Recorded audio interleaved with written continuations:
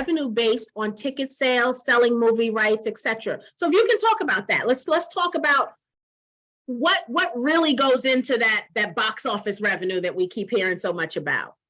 Sure. Yes. And this is the most complex part, but the most interesting part. So the revenue comes from box office, of course. It comes from ticket sales. It comes from, even more so, is now streaming. Streaming is huge. I mean, that is a big portion. For instance, a lot of the films that just weren't making box office revenue during the pandemic, they get a lot of what's called licensing fees. And that's when Netflix, or that's when Hulu actually buys your film and they give you a deal. And sometimes that can be times 3, times 4, times 5 your budget. It's really up to the producer and the distributor to negotiate that. So what we're planning to do is we're planning to do the whole gamut.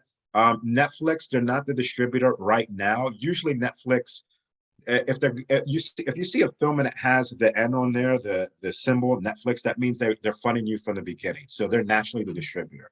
They're not the distributor right now, but we are planning to sell the film to Netflix, as well as have a theatrical run. So it usually comes from theatrical run. That's really dependent on how long we plan to keep it in the theaters, and then attack the streaming market.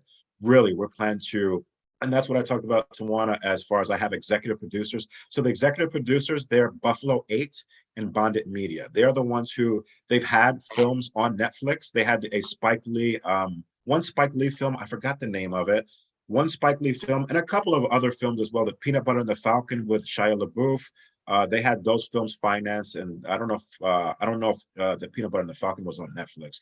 But they are my company. They're the company that represented me as executive producer. So they're the ones who's going to be reaching out to Netflix, to Hulu, the best streaming platforms, to make sure we get a good deal. So it really comes from both, albeit streaming is really key now. So it really gets complex, but it's up to myself and it's up to my executive producers to land the best deal and not accept anything, and get a great distributor. So if you see a film and you see distribution companies, the logo at the front, A24, Focus Features, those are great distributors because they're known for independent films, low budget films like under 10 million bucks, but also times getting their revenue back, getting great returns by the way they market their films and by the way they also get great streaming deals.